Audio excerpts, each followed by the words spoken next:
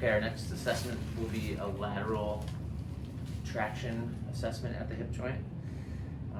Again, we've stabilized the pelvis the way we did for the dorsal glide by placing a wedge posteriorly on the test side and a belt across both ASISs. Patient still supine. Now I'm going to use a second belt to help me move the femur. This one's been rolled incorrectly, as you can see. Don't ever do this, please. So I'm going to place this around myself and around the patient's proximal femur. So I'm going to, again, bring her into resting position at the hip, which is 30 degrees of flexion, 30 degrees of abduction, and slight external rotation. The belt goes around my hips and as close to the proximal femur as we can get it. And I take up some slack, make sure she's in resting position and catch her femur here. And then I can give a lateral force and assess for the amount of movement that I feel. Okay. Some counter force with my other hand to keep her from just falling into abduction. Okay, again from another angle now.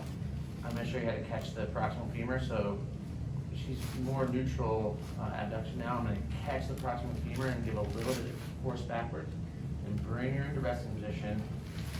My stabilization hand keeps her there without pressing too far backward. I allow the femur to move laterally.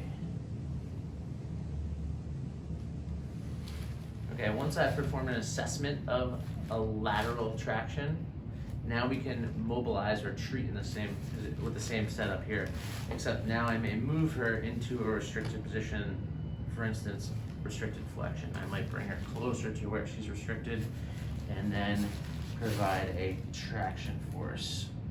So no longer just assessing, now we're mobilizing. And again, I'm making sure her femur stays in the same orientation and just moves laterally.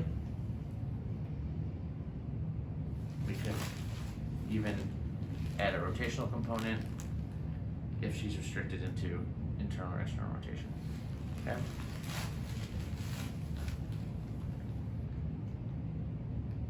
And that would be treatment for a lateral glide.